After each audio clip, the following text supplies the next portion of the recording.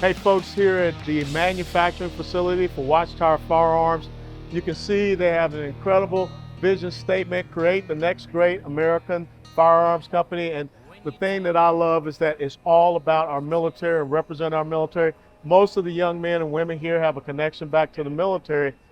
And if you look at this production facility, I mean, it's amazing. I mean, how pristine it is. These machines, they do all of the milling, right here.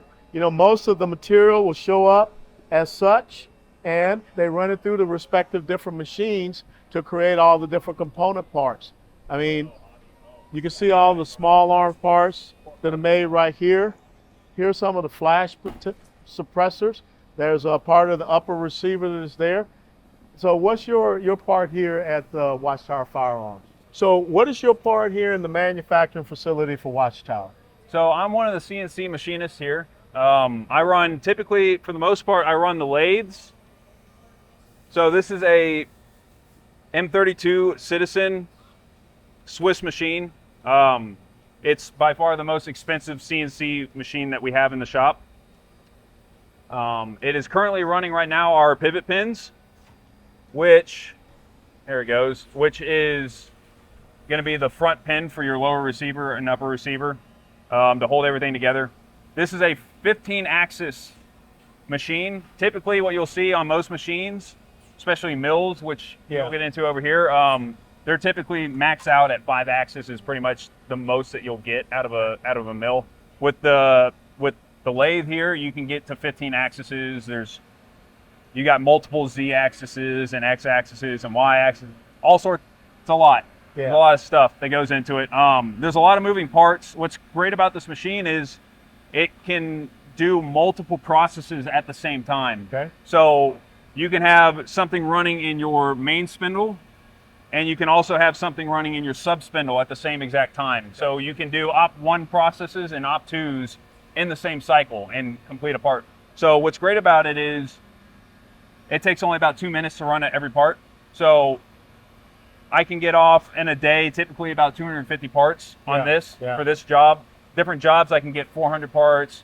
These pins right here, we can get anywhere from 800 to 900 to 1,000 parts off a day, just because they're so small. Yeah. And this machine is able to hold very, very, very, very tight tolerances, like tenths of a thou. Wow. So think of a human hair is 3/1000ths of an inch. Yeah. So you've got, this can hold 30 times smaller than a human hair of a tolerance. So if anything's off, we have part counters on this machine. So every 40 parts, it'll stop. Hold on 1 second. Yes, sir. So every 40 parts, it'll stop for you to check your parts. And what I like to do is every 40 parts, I'll build it out and make sure that everything fits on our parts properly. That way there's no, well, it was intolerance, but something was missing on it. So that doesn't happen here. But I'll typically check every 10 parts just because I like to make sure that all my stuff is, in tolerance. What I'll typically do is I'll take it over here. Every part that comes off the spindle, the back spindle, will be pushed off into our part catch. And then I'll take those parts and I'll put them in this bucket over here. And then I'll take the last one. It should still be in the sub spindle. I'll take it out of the sub spindle, bring it over here. I'll check our crucial dimensions. So it's supposed to be 249.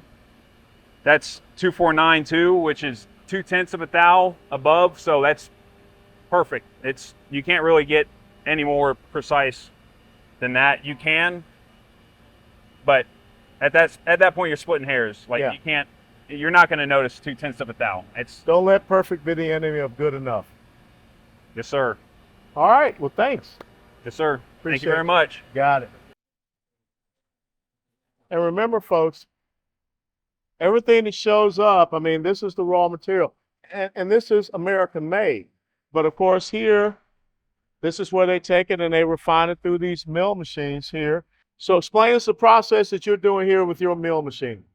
Okay, we have first operation on these two, and we have second operation here. We start out with the solid billet. cut a prefab angle cut on it, so we can hold them by the smallest amount necessary, so we can access the most of the part Okay. when we can. So first operation, we'll end up cutting about 80% of the upper in one shot. So holding on that dovetail there, we put it in these machines are 5-axis milling machines. I mean, they can position left, right, up, down, they can tilt, and they can rotate. Wow. So you can see all the complex angles and everything in here. We can machine every side and any combination of angles in there. Wow. In one shot. The fewer times you have to touch the part in the manufacturing process, the greater chance you have of making a perfect part. There you go. If I have to touch it, well, I'm only human. You know? That's it. So we do 80%, and all of the precision fitment is done in the first op. We try to do it all then, so it's machined at the same time, so you don't have to worry about mating surfaces, trying to jive from two different operations.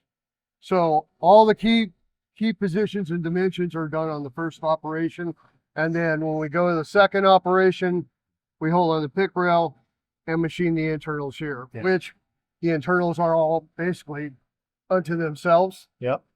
And so, folks, if you don't know, this is where your bolt will actually go in through here. So we finished the charging rail slot. We come in here, we broach it from the end. Yep. So it's a complete shot. But like I said, we do all that on the same operation. Yeah. If we started here or started here, over here, then we have to try to time them. And there's always a chance it could go on. But yeah, 2 operations complete, start to finish. Thank you. You bet. Here's an example of how the lower receiver is made right here. And the thing that you notice about these parts, how light they are. And that's why this is a very special weapon that they have. And they can use it, like I said, in competition, but it's extremely light. Right on Hey, the back. we're going to go and talk about this unique coating that they use on the bolt receiver. Yeah, any of our metal or steel Any of the components. So we're going to follow Kyle. Come on.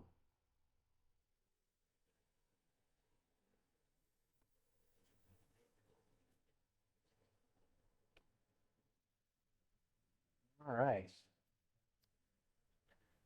So this is our PVD chamber here. So what this machine does is it applies a very thin, hard metal coating to pretty much anything we put in. Currently, we're doing our VCGs, and I mean, the enhancements that it offers are outrageous. Little to no lubrication needed. Doesn't hold carbon deposits. And this is what the process looks like. And what you're seeing there is about 600 amps of electricity being driven through a center target. And what that's doing is it's evaporating that target, turning it into a plasma. That plasma interacts with any one of the gases we're pumping into the chamber. And then that chemical reaction is then deposited onto the metal parts. Now, the great thing, from what I understand, is that, and for us in the military, once upon a time, you had to sit around. It took you hours to clean off all the carbon, all the gook, and whatever. But based upon this process that you have here, you can basically just wipe it right off. Wipe it off with a dry cloth. And also, it's saltwater resistant. It is. And corrosion resistant. And so, I mean, for your special operators, dive teams, recon, rangers, I mean, all of these guys, Navy SEALs.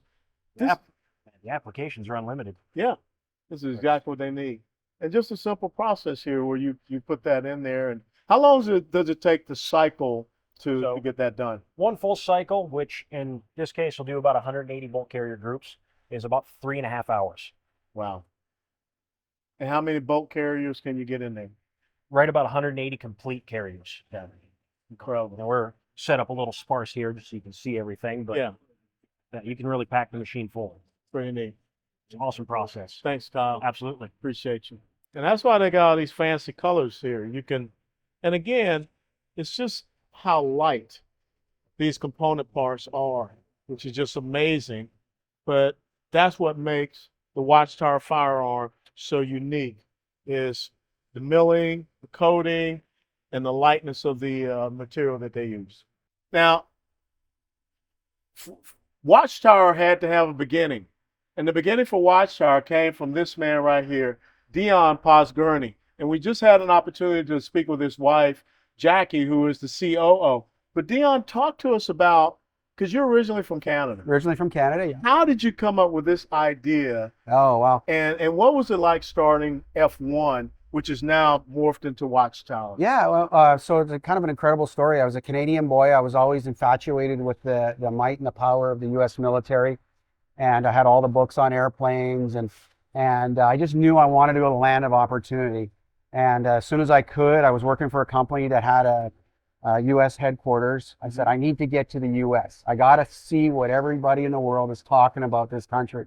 And I grew up very well in Canada. My parents, had everything I needed and warm winter clothes. I was well fed, good, reliable cars. So I had a good life in Canada, but I just knew that the U.S. and the opportunity and this dream, everybody was talking about, there was something there. And so internally, I worked my way to get transferred to another company, and then I made a lot of money in IT consulting. And I needed to put that money to use somehow and to give back. And like we talked about, I wanted to start a manufacturing company and hire a lot of veterans and give back to the military, because at that point I was too old. I wasn't built tough enough mentally or physically to serve another country, but I wanted to give some value back. So we started with veterans and just learned by doing, and we built this thing just on a vision. At the end of the day, 10 years later, it's, whoa, we smelled the roses, right? Yeah. And Jason came along and he had this incredible vision and this energy, like he was 22 years old, ready to hit the world like I was. Mm-hmm. I'm like, this guy can do it. We had some foreign investors that wanted to buy us, and it was very attractive. Money's money, right? Yep. You really care where it comes from yeah. And so, but we did. With this case, the employees were very important. Our technology, we felt, was leading. We have a very disruptive mentality. Mm-hmm. So even in our coatings, right? Make everybody come to your coatings. Make everybody come to your level of coatings. Make everybody come to your level of machining. Yeah. Raise the bar. Disrupt the business. Just disrupt people. That's what capitalism is about. It is. Go disrupt it. You're the new one on the block, and then try to hold the hill as long as you can, right? Yeah. And I feel like we held the hill, but we were starting to not hold it because I was starting to get reluctant in investing in new money. I was very comfortable with our life, right? The car, a little complacent. I was getting older, didn't want to work as hard. And this guy comes in with this team and this energy and this, I'm like, this is the guy. Yeah. And as a former owner, you have your ways, you're set in your ways, you look at things and you're like, but I just appreciate, what's the saying? You don't take a shot, you never score, right? You score. He who dares wins. That's the motto. He who dares wins, or you miss 100% of the shots you don't take. That's right. And I felt like this is a shot that Jason's needs to take, and super good, and bringing in the likes of you guys and other well-minded people.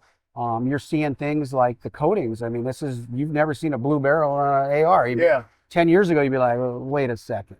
This guy's got a blue. Who is this guy who's showing up with a blue barrel on my base, right? Yeah. But the reality is, it's highly saltwater resistant. The wear values are great, and the recipes that we worked on for 2 years for the coatings. So we just wanted to bring technology and people and hire Americans and just keep building on that American dream, right? So I'm just very excited. I'm very happy. I'm bored with my time, but I'm still allowed to help out here, which is good. And everybody's been very receptive. And of course, my wife, it's a great opportunity for her. She's doing an amazing job. Just watching her actually has been incredible, and to see her grow on the vision, because I'm a visionary. I'm not a good executor. Mm-hmm. Okay, I can come up with a war plan, but I'm not the guy that's gonna. And so you're not the field marshal. I'm not the field marshal, right? I want to be? Oh, more than anything. Yeah. But I just know it's not my. I know my limitations, right? And so I just think the team and you guys and the vision and is just going to be unbelievable. And it's an American made. We're very proud what this country offers us. Yeah. We became citizens as fast as we could, obviously, and Texans and spent a lot of time in Florida and Hawaii, and the U.S. is incredible, and if you have a dream, this is the country. I mean, I can't imagine. There's other successful countries, but at the end of the day, I don't want to say it was easy because I don't want to be misinterpreted, but the framework or the environment that America conditions. puts you in makes it easier. Yeah. Right? Because at the end of the day, I'm not academically brilliant like some people. I'm not, but hard work and a vision, and just be willing to be the last guy there standing. Yeah. Just see it through. When there's dark times, I mean, you see me now. I'm living nice, but there's a lot of sleepless nights, right? Worrying about paying families, worrying about, it's not just my mouth to feed. I've got 100 people to feed. Yeah. So, but yeah, it's been incredible, and I'm very excited, and I'm like probably the biggest fan of all you guys right now. Well, I'll tell you what, there would not be a Watchtower if there was not an F1, and F1 came from you. Yeah, thank you so much. We appreciate that, and we take good pride, and the employees are, I think, under the new guidance, are just going to do some amazing things. So I'm excited too, to be honest with you. So I'm very excited. Yeah. Thanks so much. Thank you so much. Thank you. God bless. God bless. So here's the Allen West version, Watchtower Firearms, a BDR-X. You can see it has the Steadfast and Loyal podcast logo on it. And on this side, you've got, my actual digitized signature and my Army Master Parachutist wings. And of course, you got to have the American flag. And again, I mean, this is such an incredibly light weapon. I mean, I just can't believe it. And I like the skeletized design. And this flash suppressor here is unique. They make it here at Watchtower, and it actually reduces the rise of the weapon when you fire it. So I'm just looking forward, and Magpul hard sights, and I think I'll keep hard sights on this, but I'm looking forward to taking it out here and shooting it and zeroing it in. And I love the skeletized hand grip here. And of course you got the extendable, butt stop, and I prefer this forward hand grip, more than anything else. I really like this. So here it is, right up there next with Rob O'Neill. It's hard to believe that, but that's why America's such a great country. Where a kid born in the inner city of Atlanta, Georgia, can have an AR-15 designed by him and with his signature on it, limited edition.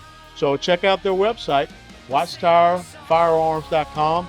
And if you want, you can purchase one of these. Before they burn it down.